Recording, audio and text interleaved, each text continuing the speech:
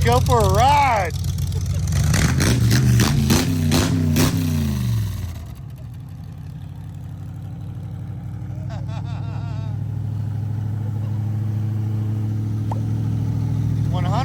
Homemade.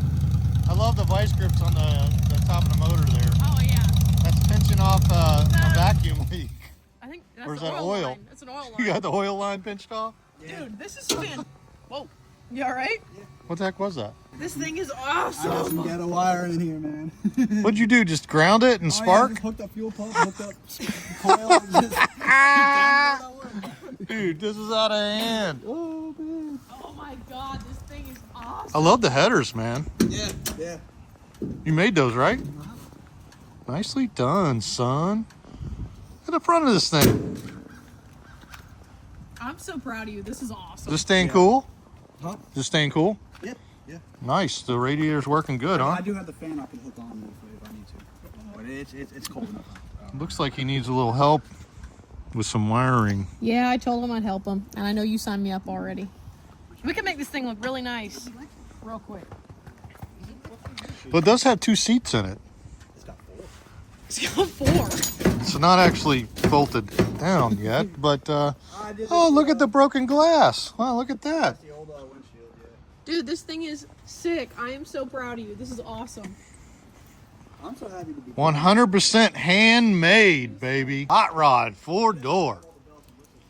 Suicide doors on this thing. Shoo. Can we just talk about the fact that the coil is just chilling on the valve cover?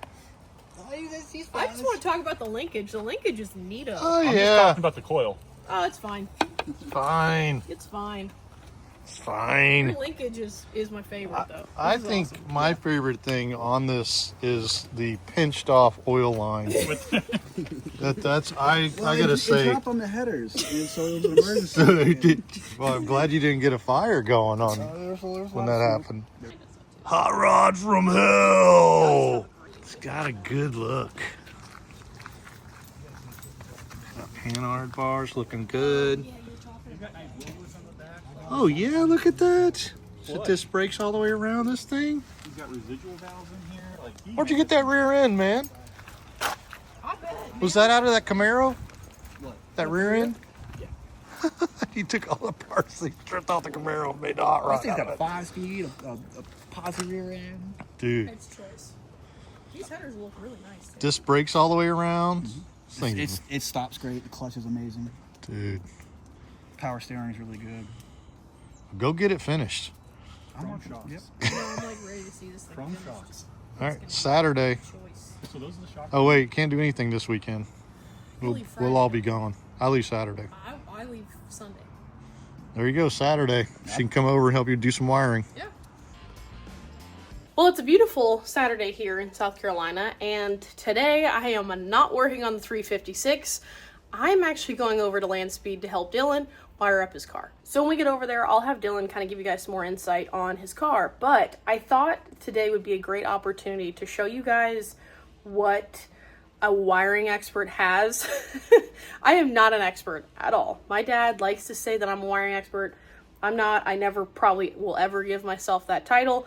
But throughout the years, I have gotten better, and I have developed, I think, a pretty solid setup of tools. It doesn't really look like a setup. It's kind of ever-changing because there's so many consumables like, you know, terminals and shrink wrap and stuff. But nonetheless, these are the set of tools that we don't travel without, or we don't do any wiring without. And quite frankly, I don't think I could live without anymore. So let me show you what I'm bringing over there. We'll get it packed up, and then we'll head over to Land Speed and get wiring. So this is the spread right here. We use a Grease Monkey bag, which is really nothing special. It's just a utility backpack to house most of this when I travel or whatever. So to kind of break it down, a lot of shrink wrap or heat wrap. I freaking love shrink wrap. It is heat shrink, whatever you want to call it. It is fantastic.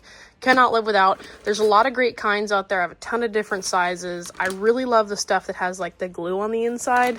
And all of this I've gotten off Amazon or at swap meets or at part stores. So everything you see here is pretty accessible, either online or in a brick and mortar around you. A tool that you guys have seen us talk about and that we love, and I promise you, it has made me the wiring expert that I am, is a power probe. This is the PP3. It's super basic. You don't need a lot. It sends power, sends ground.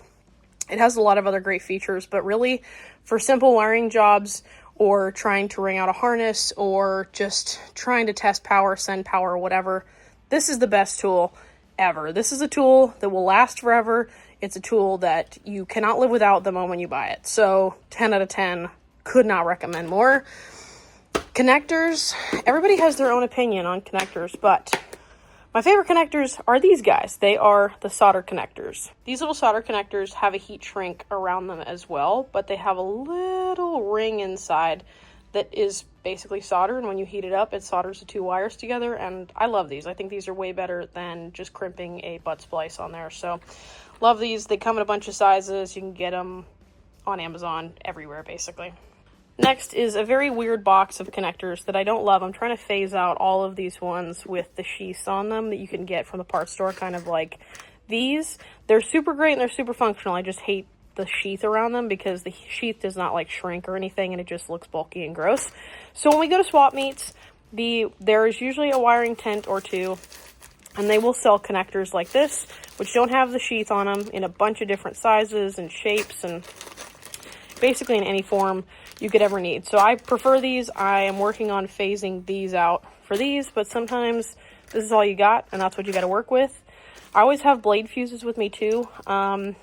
We pretty much only use blade fuses if we can help it, or I do carry glass fuses sometimes, which will go in here, which is why all of this is empty, because I'll change a lot of this for whatever we have to do when we're traveling. And now let's move on to tools. Tools are obviously a very important part of what we do, but especially in wiring. So I'll start with the most basic, which is a torch. Obviously, when you're doing any sort of heat shrinking solder connector, you need to have some heat, and I prefer this. I'm pretty sure this is a creme brulee torch, or like a chef's torch. I don't think it's a wiring torch. I could be wrong, but great torch, very handy. You can buy these pretty much anywhere. I mean, a creme brulee one would work fine too. And then obviously fuel to fill that back up. And then for the remainder of the tools, a common theme is Knipex, because Knipex genuinely does have some of the best tools out there, especially wiring. They have a lot of great tools for different trades, but some of the tools we love, but hands down, are these little shears, these little scissors. These things are awesome, super handy. They're great for cutting everything. I use them to cut heat shrink, and they'll cut wire, they'll do anything.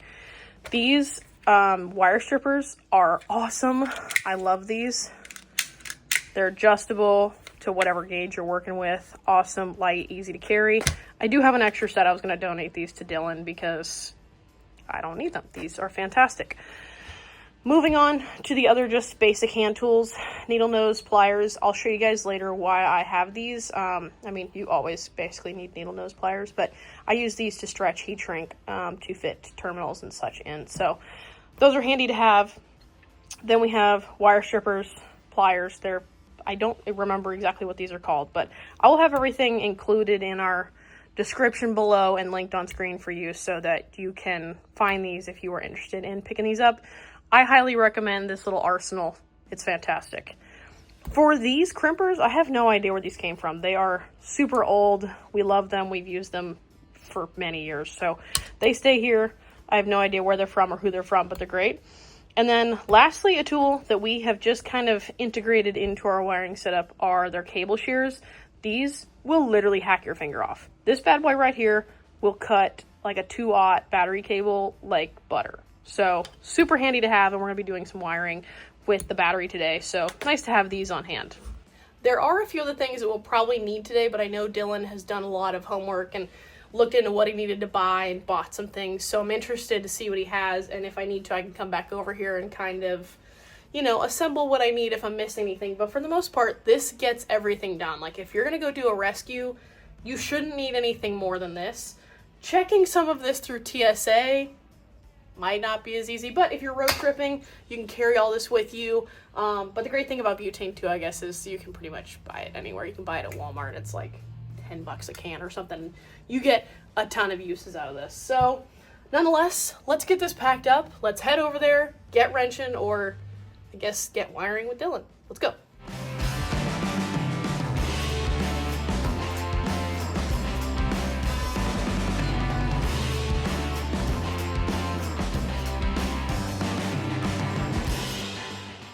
It doesn't necessarily have to go under here. This is an idea I had a long time ago. I mean, I don't think it's a bad thing. I think I got space in the dead space in the back too.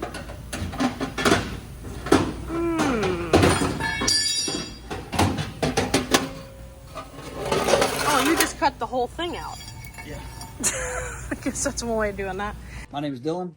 This is my 1932 Chevrolet Confederate. I've owned it since I was, the last 5 years. I've owned it since I was 30. Done everything on my own. I did the chop on my own. I've channeled it. I've put in a 350 small block and a lot of welding, a lot of fabrication. But the goal today was mainly just to get it wired and roadworthy. And what's your long-term goal? Have a clean hot rod. Yeah. A lot of work, but Are we going to take it to some car shows as is once it's wired up? a little bit of both. You know, I like to show the work in progress. You know, I'm not one of those that doesn't show it until it's all done. A little rough around the edges? Mm-hmm. Yeah. Well, it looks cool. You got something to be proud of here. And I mean, come on. It's one of a kind. I haven't seen another car like it. Dylan has put some serious time into this car, and you can tell how much he genuinely loves it. If it wasn't obvious enough, he's a fabricator by trade. The guy can build just about anything. But wiring isn't exactly his favorite thing to do, and that's where I come in. This is honestly one of my favorite parts about having friends in the hobby. When someone's strong in one area and you're stronger in another, it's the perfect excuse to hang out, turn some wrenches, and help each other out. Car people helping car people? That's what it's all about.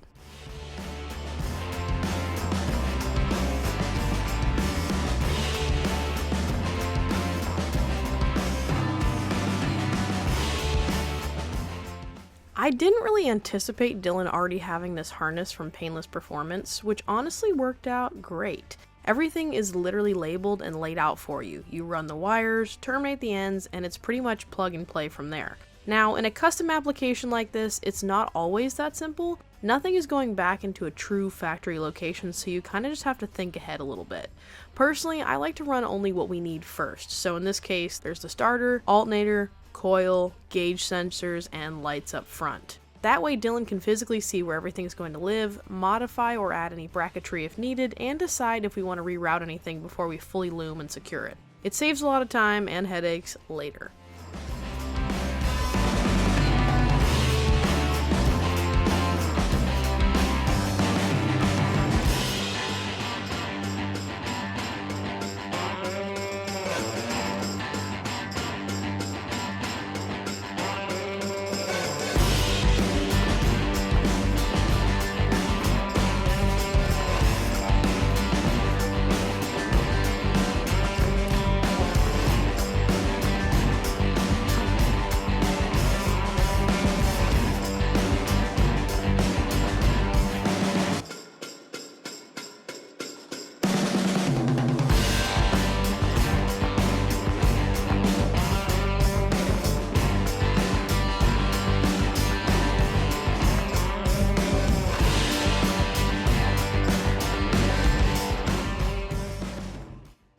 We had a lot of goals in mind for today when we first talked about this, but Dylan needs to finish fabricating the gauge cluster and the battery box. So instead of trying to finish everything, we came up with a simple plan. Just get it to run off the key switch. That means we need power to the fuel pump and coil in the run position, make sure the starter circuit is wired correctly, and confirm he can shut the car off from inside the vehicle. These types of harnesses can look super intimidating when you first open the box. There are wires everywhere, basically like a bowl of spaghetti. But with the literature and the labeling they provide, it's actually pretty straightforward. The trick is not to overwhelm yourself. Only pull out what you need to get it running. Leave the rest bundled up, zip tie it back up neatly, and keep moving forward. As new parts go on, you add the circuits one at a time. Progress for sure beats perfection in this case.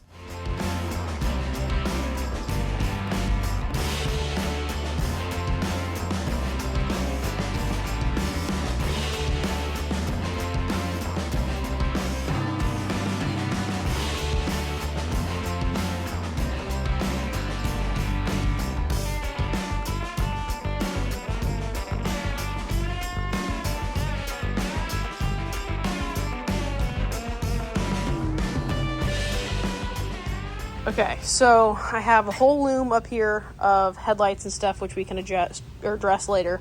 But we have starter completely hooked up. Alternator is mostly hooked up. Battery cables are still the original ones that he had in here for now. Coil wire, kind of just ran things as where they're going to be. But Dylan has a key, which is exciting. It's still kind of just dangling there, but Little ghetto fabulous. this brown wire right here is for your alternator, which is why it's not hooked up. So he's looking good, coming along. Happy Dylan, happy car.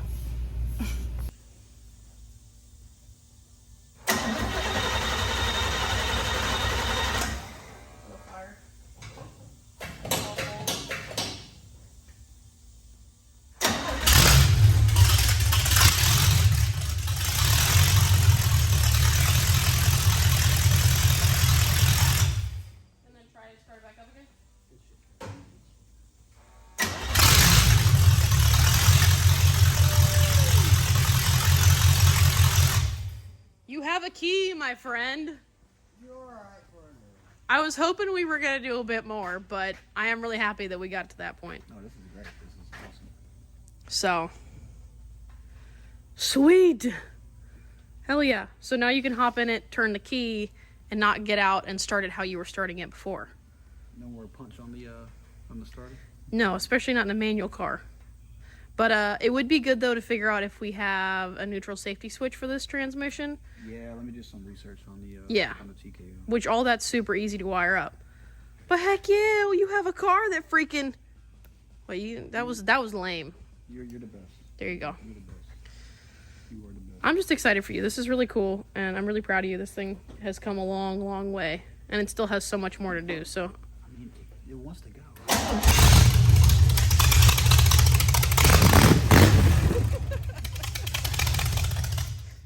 It's ready to go! Dude, the grin on your face every time you fire this car up is awesome. I love it. All right, what's next? Sweet. Okay.